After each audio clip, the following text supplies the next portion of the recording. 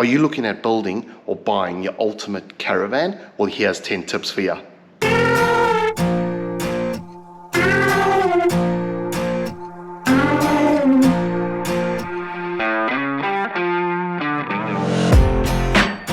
in the back seat. You should probably take the wheel. I'm kind of twisted inside, and I don't know where I'm going. I'm just here for the ride. Proudly brought to you by iCheck TPMS.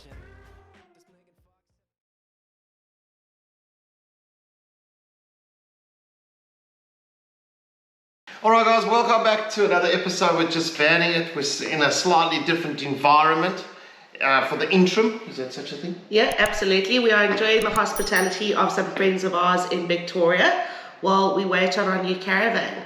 And we thought, hello, what better to do than have a frosty or a cold one and just bring you some thoughts on our recent experience of having to sort of plan the build of a new caravan. So this could be either building a caravan or buying a caravan. The thought process we went through deciding what we needed, what we wanted, and what we had to have. So I think before we start going down the process, if you're in the market for a new vehicle or you have a vehicle, you need to know the vehicle's weights. Now, a lot of people touch on this, and it's actually quite important, where you build this amazing caravan or buy this caravan and you realize that your tow vehicle actually can't tow it because of the GCM or GVM.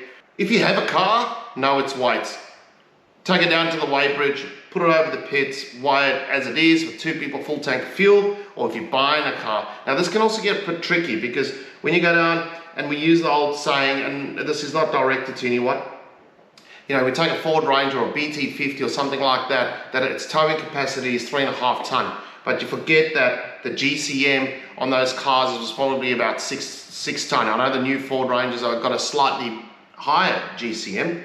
I think it's 6.2 or even 6.4. But you got to know that all you need to do a GVM or GCM upgrade to that car to suit the caravan that you're purchasing or probably building with the manufacturer. So yeah, hot tip, know your weights of your car.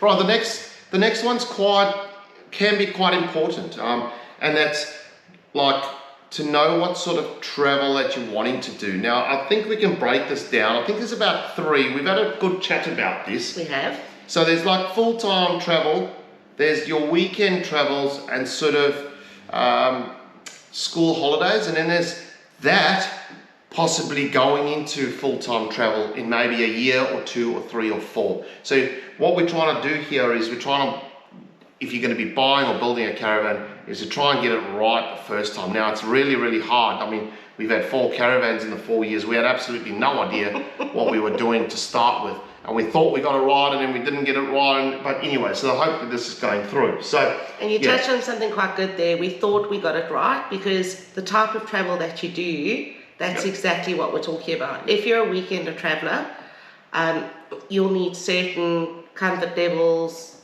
certain amenities. I think when you, look, it's so hard because when you full-time travel, you will most probably have a bit more stuff than your weekend, sort of long weekend, school holidays, because you're living in it full-time. So as for myself, like, you don't have a garage anymore, so you've got to carry some tools, some stuff in case things break down on the road, so you need somewhere to store that.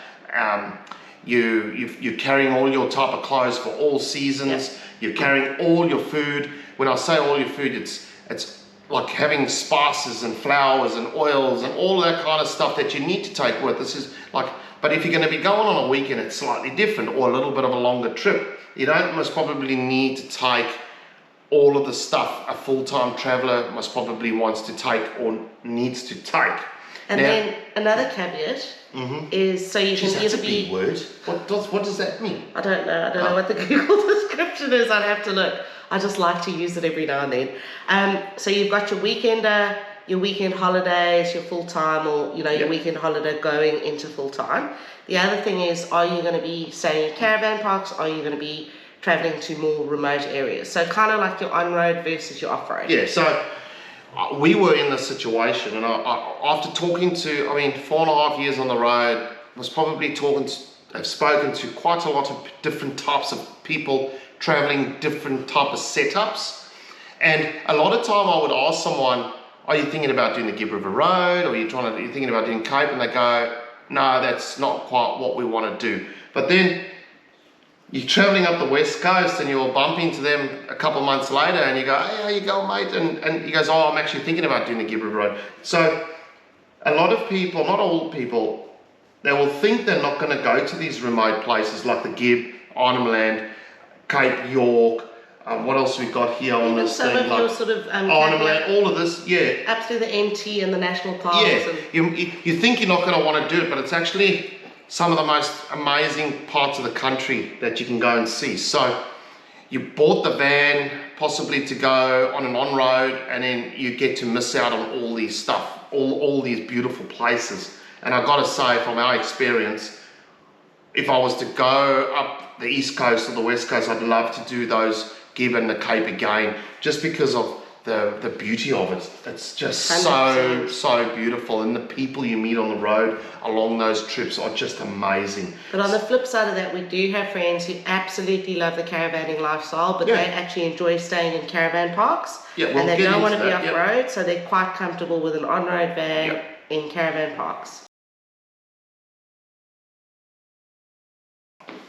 Right, so now that you've decided on the sort of travel that you want to do, where you want to take this caravan in terms of terrain, you've got to, if you're buying a caravan, you sort of get a few options of types of suspensions. And if you're buying a pre-loved caravan, you've got an idea of the terrain that you want to go on. So you can ask the right questions when buying a pre-loved caravan. So just remember, the heavier duty the suspension is, that we start building a heavier van straight off the bat. So if you're wanting airbags, the airbags that generally will add weight to the van, because you need tanks and lines, and it's just extra stuff on the thing, on the suspension.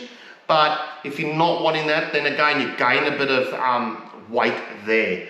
But our experience from having no airbags to having airbags, I'm definitely going to be getting airbags again. It's like, you know, that was like, we just had to do it. And I have a reason for that, and it's because we set up and set down so many times in a year, or if you want to break it down to a month or a week, it just makes it easier. And we do like to go camp on the beach where we can, and that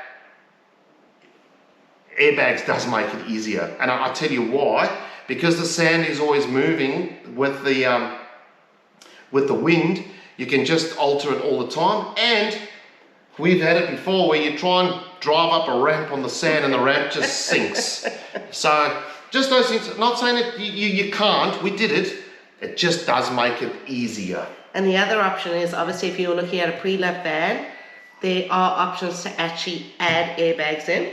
I'm not going to tell you the technicalities around that because I'm not an engineer, So but there is the option. I'll touch on that. When our first caravan was a rock and roller suspension, I actually rung up Cruise Master, this is 4.5 years ago, so don't quote me on this. They could actually do a modification to that van, and I think I got a quote of about $11,500, and it was 5 days that they needed the caravan for. So they basically remove all of that suspension. They have to weld on all the brackets and stuff. So we're not saying it can't be done, but we think it can be done. We never did it. Yeah. I think every caravan might be a bit different, but there's a possibility you could get away if you found a really good caravan for the right price in your budget, and it had and you can possibly modify that suspension. You ring up Cruise Master and have a chat to them, and they'll be able to let you know if that is possible or not. And big disclaimer, that price was 4.5 years ago, 4.5 so years that's probably moved a lot.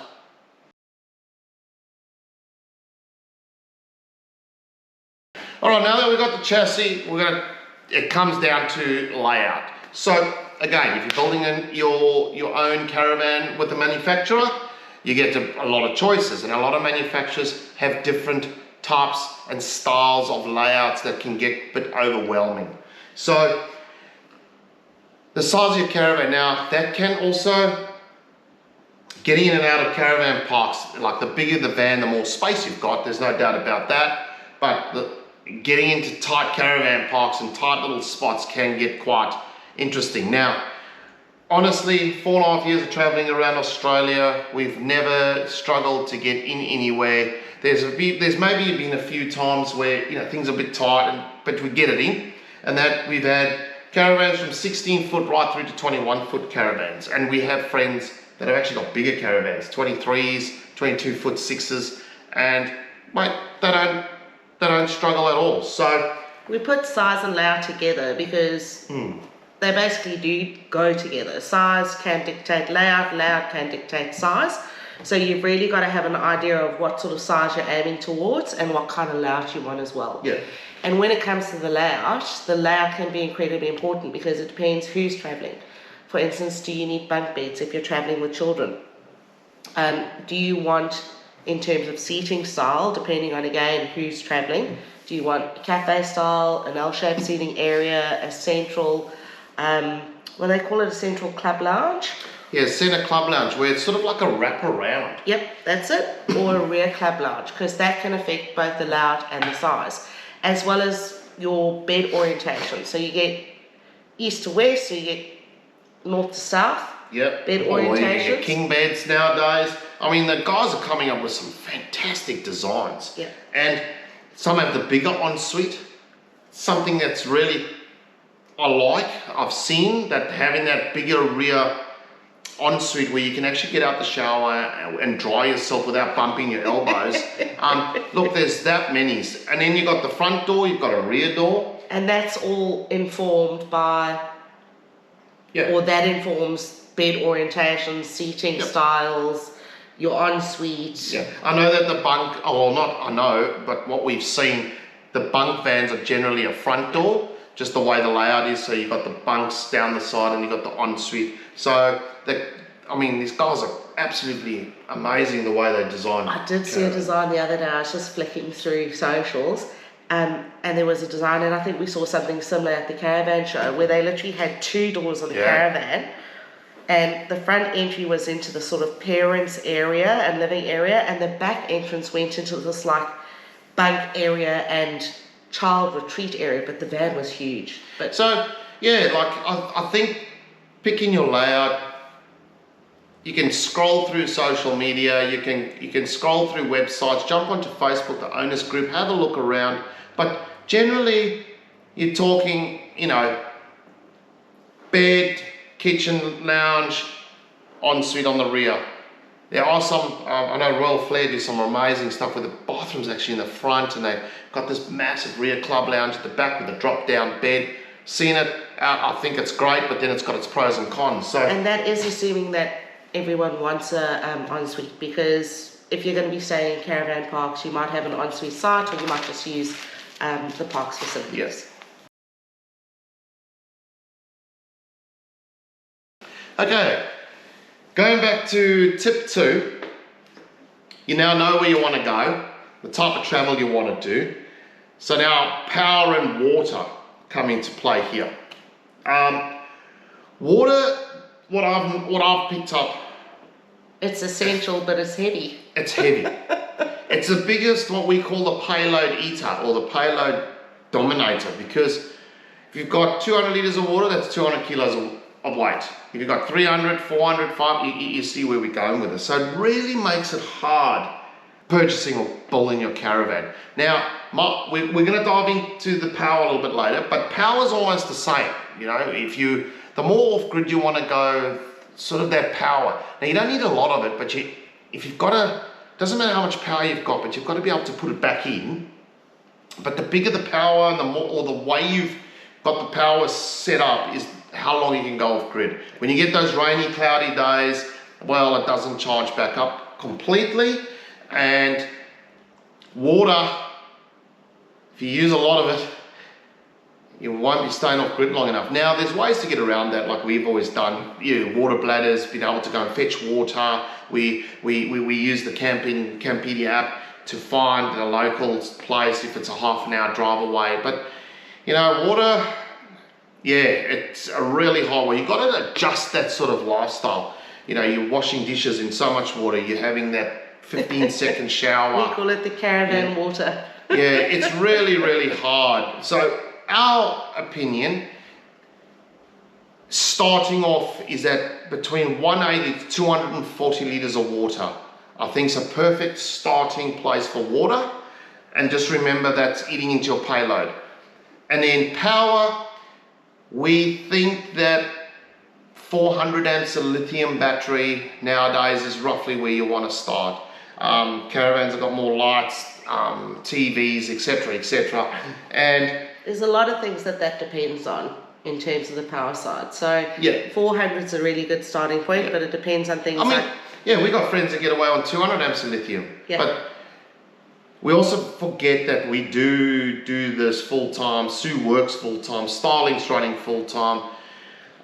We're charging a lot of camera gear and stuff. So maybe just running the inverter. Power. I think 400 is a comfortable place to start. Maybe that's what we should say. Comfortable place to start. All right, on to power now. This is a big talk. We always get asked about power in a caravan. So we're going to try and just do this the most simplest? The simplest way possible. Simplest way possible, and what we understand about it. Now, another disclaimer, we ain't, like I said, we ain't no 12 volt specialists, but we can just touch on and relate that sort of to what our experience has been with having power in the caravan. So it depends on two things really. It depends on how much time you want to spend off grid, and it also depends on what you do and what you use and what you run, yeah, and how you cook. So when just before we touch on the power, when we are off grid, we try and cook meals that are mainly sort of in the Weber. Now we've sort of moved away from sort of the gas inside the caravan. Don't know why, we just have. We don't have a reason for it. I think for me it's just about the extra bench space inside the van, the cleaning of the oven and stuff like that. I think for me it's just easier just to be able to just cook in an air fryer. It's easier to clean and just cook on an induction cooktop. So that reflects, like Sue says, about how much power you can to be off grid. Now before we dive into it, we have friends that are currently traveling and they've only got 200 amps of lithium. They're full-time on the road, they don't work, they got 2 young kids as well, and they plonk along. And they manage on 200 amps. Now, they run Starlink for the kids, but obviously they can slot times in that works for them, and if they have a sort of a cloudy day, well, they just don't use Starlink, I suppose, and they cook on the barbecue. We do the same with the barbecue side, but for us, unfortunately, we run the Starlink, which that means we run the inverter pretty much all day, Monday to Friday, which that does eat into the power. So I think the best way we can put this across to you is you got to figure out, you know, like go back on the tips we just said, the type of van that you're building. If you have a gas oven and a gas stove inside with a barbecue outside, you must probably not needing such a big power system. But for us, we do need a big, or I wouldn't say big power system, but a lot of battery power. And what a lot of people get confused about power is you can have 400 amps of lithium, 600, 800, whatever size batteries you can bank up in your van, but it's about also how you put that power back into the batteries. If you're not on the move every day, which we aren't, myself and Sue, because Sue is working and we may just get to a really nice place and we want to stay an extra few days. So we're not on the move all the time, so you can't put that power back into the caravan. You're relying mainly on solar, and if you want to travel with a generator, you can. We try not to travel with a generator. We have our reasons, but so it's about finding that balance. So let's say, for instance, like 400 to 600 amps lithium battery, that's the dishwasher. What's that? I don't even know, that's foreign to me.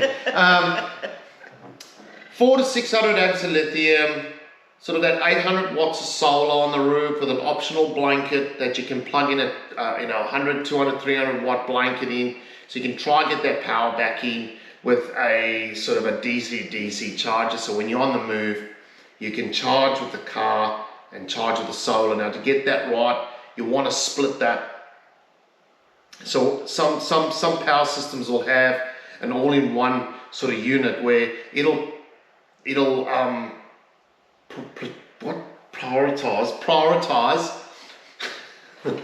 solar over DC. So, and that was in our first van. So I was thinking I was charging my car while I was driving, but if you're getting solar in, it'll just shut that off. So how we do that is we split that. We have a DC designated for the sort of your car, and then you have a solar regulator designated for your solar, and you have that all going in. So that what's happening is you're driving along, you're putting in, depending on how big your DC is, you know, 25, 30, 40, 50 amps, some are even running bigger than that on the bigger cars. You're also getting the solar in at the same time. So you're charging that battery up as quickly as possible. Some people may only drive, like this is another thing around power, people may only drive 50 k's down the road and it takes them an hour. The car's only putting in a short amount of charge, but if you're doing 4 to 5 hours, which sometimes, to be honest, we do end up doing, then we're getting 5 hours of charge plus whatever solar we're getting in. And obviously when you're in sort of moving down the road, you get trees and stuff, so that solar will drop in and out quite a lot.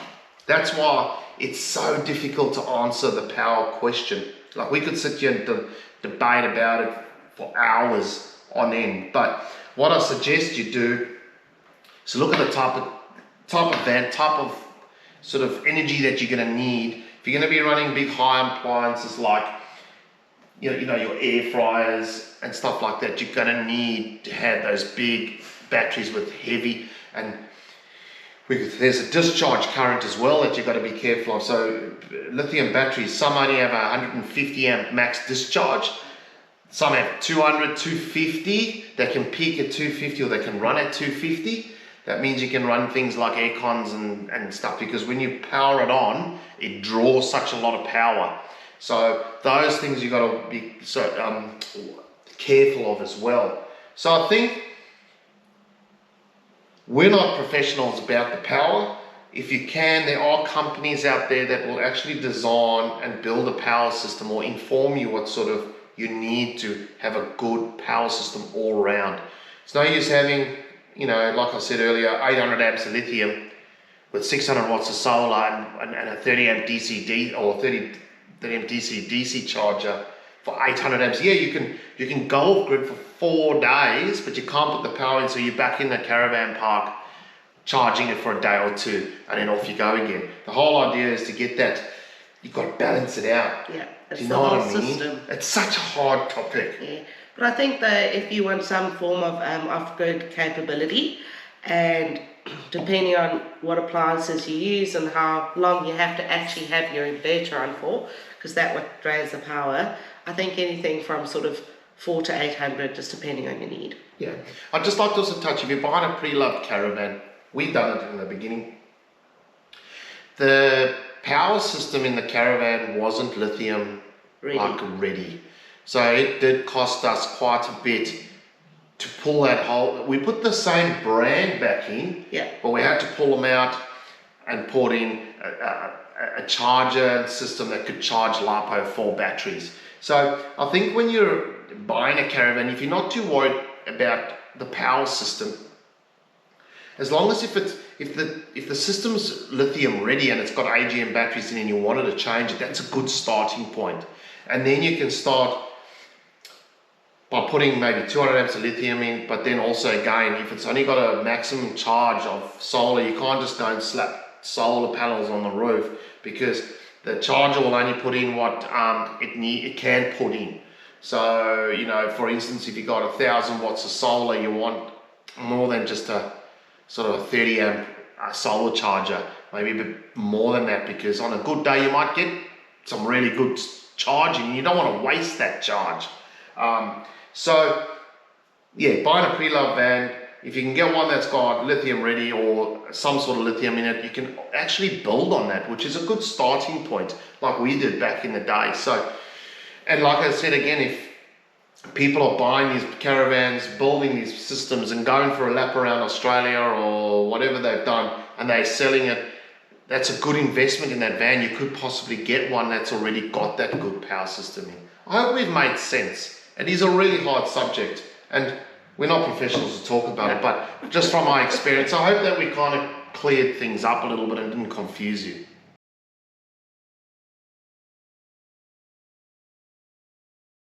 One of the most exciting things when you're building a van is actually the interior design, but it's exciting, but it can also be completely overwhelming because there are so many options for you to choose from.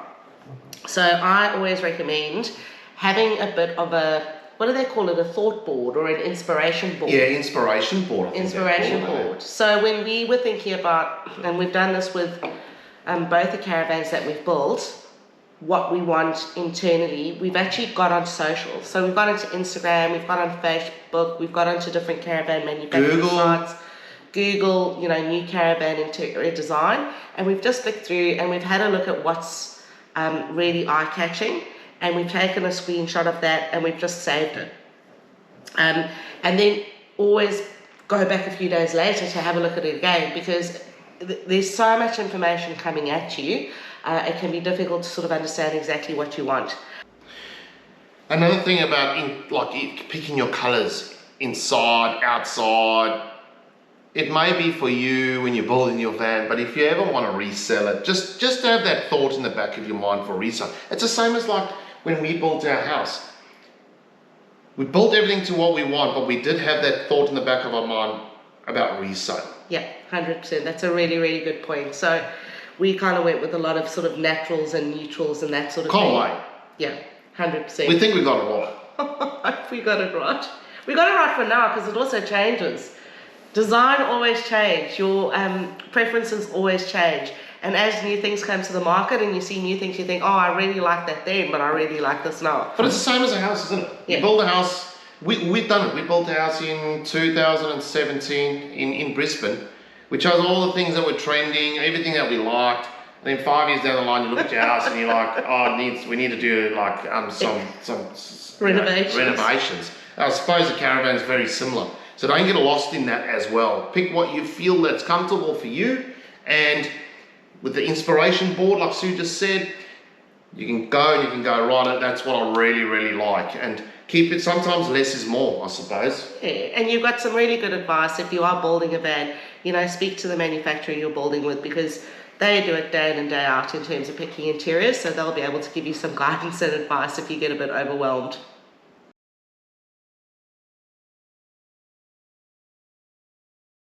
Cooking, heating and hot water, big points when it comes to the caravan. Quite an important point, and I'll mention something in a minute, sorry. Cooking's a big one, because it depends whether or not you like to cook inside or outside, or both. So we do a lot of cooking outside. We actually love cooking outside. I know why we do. It's because Sue, I cook outside, so I do need So I love cooking outside because Derek does the cooking. No, we should. But cooking outside, obviously, one of the things you use most is a barbecue, and that's sort of gas-generated barbecue, although you do get electric barbecues nowadays, or you may have an induction pan outside.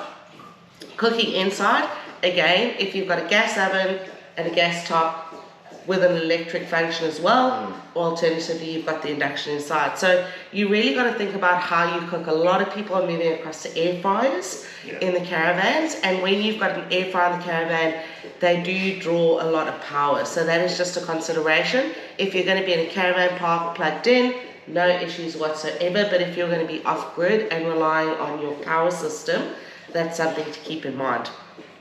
Yeah, just touching on the cooking. We love cooking outside. We don't have any, we've never had any dramas with insects and stuff like that, really. I don't know, we just never had that problem. So that's why we enjoy cooking outside. It's just the environment. Obviously, if it's raining, weather dependent, we'll cook inside. But what's the word? Majority. The majority of the time, we will be cooking outside. And that's why we love having the outside table in our last caravan.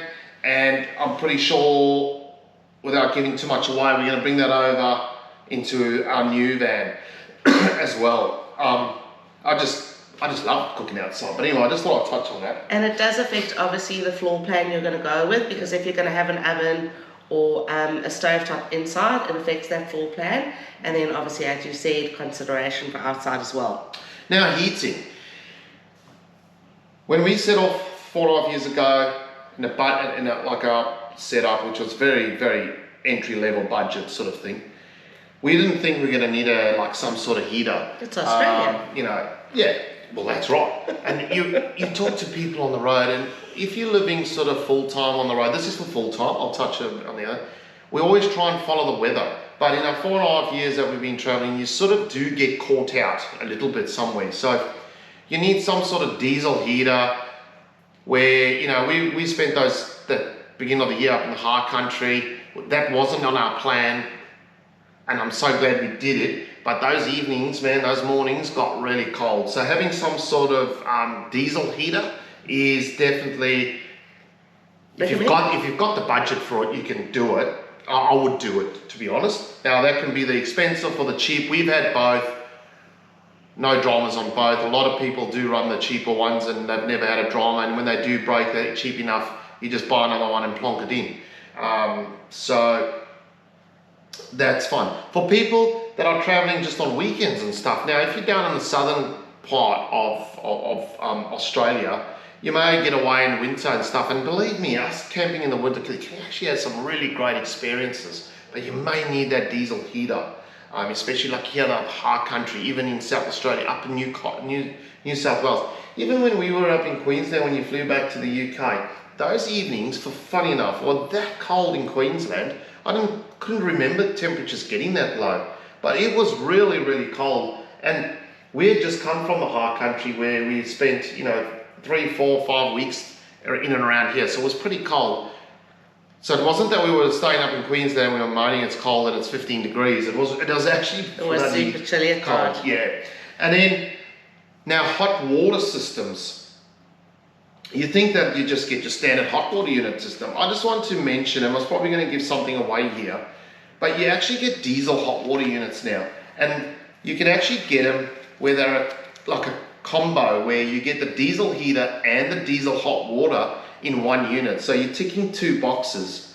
And I must say, the price we paid to have one put in, when you look at a good quality diesel heater and the gas heaters that they put in the vans, it wasn't actually that much different. And then you've got one source of fuel, which is diesel. And friends of ours, we haven't had a diesel heater before. Friends of ours have had one, and man, they absolutely love it. It's continuous, so if you want to have that 5-minute shower, you can have the 5-minute shower, and it's pretty hot almost straight away. So there's some food for thought. Yeah. Don't always think that you have to just get the instantaneous gas hot water unit and then get a gas heater. Think about it like or a diesel heater. No, a gas heater. And if you don't want to have that gas inside the van, you can change it over. There are some really great options out there when it comes to that. So yeah, I hope that sort of touched on sort of that tip.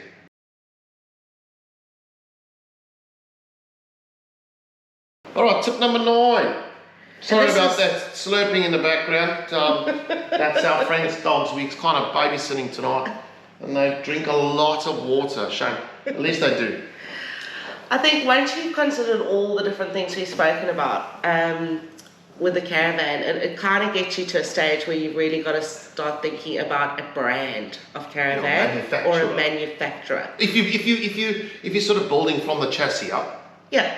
But also, if you like a manufacturer and you've seen sort of their quality of work, that can also direct you into buying a pre-loved van as well. Yeah, 100%. So in terms of choosing your manufacturer, you want to find a manufacturer or look at a brand that ticks most of your boxes in terms of what we've discussed up to this point, but also meets your price point, because obviously you'll have a budget in mind as well when you're looking at a caravan. Yeah, it's also we'll touch on that budget. It's also very important to try and stay within your budget. It's very easy to go and get like carried away at a show or something like that you get absolutely lost and then you end up spending money that you don't It's have. so true. It's so true. And I think it's the same as when you're building a house to building or buying a caravan. You kind of start with the basics, and every extra that you select and every addition that you put into your house or onto your caravan just adds up the dollars. Yeah. And yeah, it can be very, very easy to get carried away. You kind of got to sit with what do you need versus what do you want, and make sure it aligns with your budget. And some manufacturers out there will have a lot more options than some. So that's entirely up to you. Some go like very far, where you can almost customize your whole caravan, where some will give you a few color choices, a few outside color choices, but then you're not allowed to put like an outdoor kitchen on it because it doesn't fit their plans. So it's very good to get all this information that we've tried to help you with.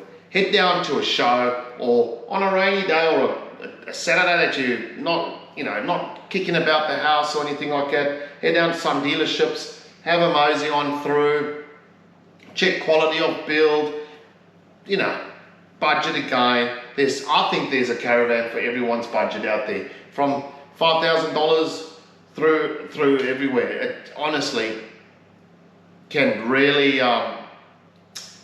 benefit if you look across the board. And actually look and talk to people. Jump onto Facebook, their owners groups, and have a chat, have a talk, ask questions. I'm sure people will be happy to help you out there. Yeah.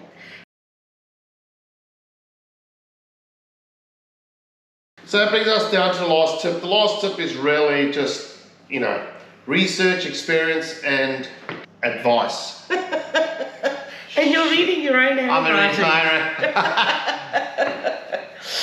It's really important, I think, to do your research when you're looking at either buying or building a caravan. You want to make sure that you are speaking to experts in the industry, that you are doing your research online, you're Googling reviews of the caravan make and manufacturer, you're jumping on Facebook, social media, whether it's Instagram, YouTube, anything, it's all there. It's Correct. all there for you to scrounge through and find out the answer will be there for whatever question you've got, really. Yeah. And if it's not there, ask the question. Yeah, reach out to us, or you just mentioned earlier jumping onto the owners groups, and alternatively, reach out to somebody who actually owns a similar caravan or brand of caravan and ask them the question, because people are experienced and they are very happy to answer the questions that you do have. And I will be honest with you, I don't think there's any manufacturer out there that doesn't have some sort of slight issue with a van. It's about how they go about fixing it, isn't it? Yeah, like 100%. warranty and stuff like that. That's the biggest thing. Like these caravans are, they're built by us humans. Yeah. So there's most probably going to be a small fault in van somewhere along the line. Yeah. And it's about how they go around and fix that problem. Also, while we're on this, we've used our last 4 caravans. Yeah. And we most probably don't want to give too much away, but if you've been watching us for a while, I think our final caravan that we're building is going to have some from each and every single van that we've owned.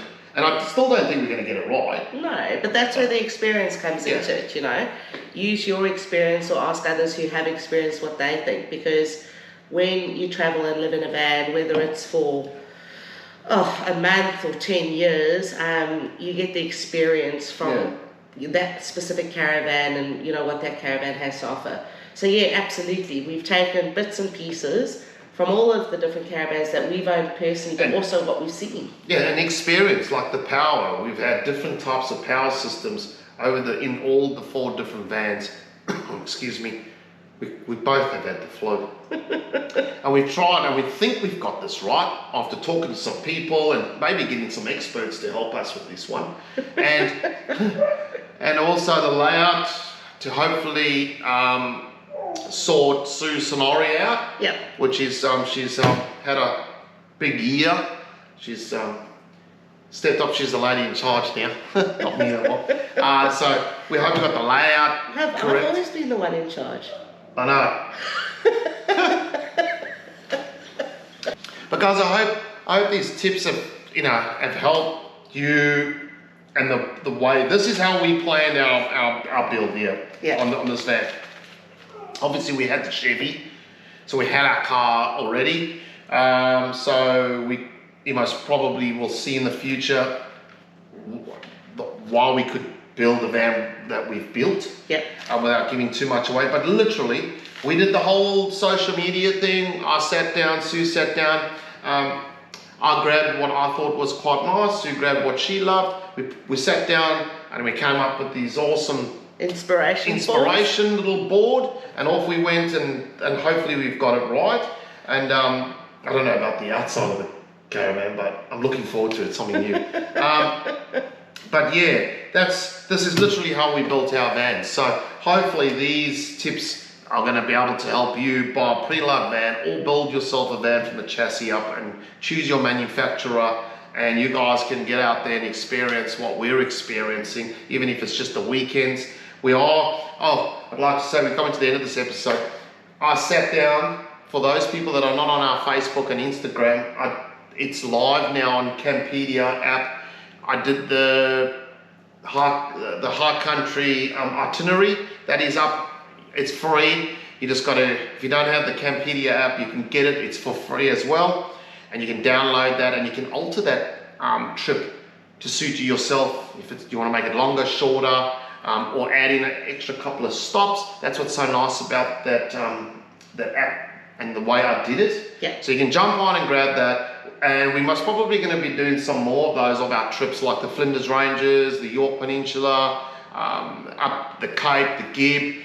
Let us know in the comments below if you would like us to do more of those, and we can let you know when we've done them, and you can download them for free. It does take some time to build them, but we'll do it for free because we want to give back to you guys as well. But guys, we can't wait to share with you our caravan. And we can't wait to get back on the road. Dude, comment in below after you're in that list of ours, if you think you know what we're getting, what manufacturer we're going with. Drop in a comment down below. We're interested to see what you guys think. We like to engage with our audience. So, but yeah, guys, that's it from us. All right, guys, thanks so much. Myself, Sue, and Bobby, thanks so much for watching, guys. Hit that like and subscribe if you enjoy the content. We can't wait to get back on the road. See you soon.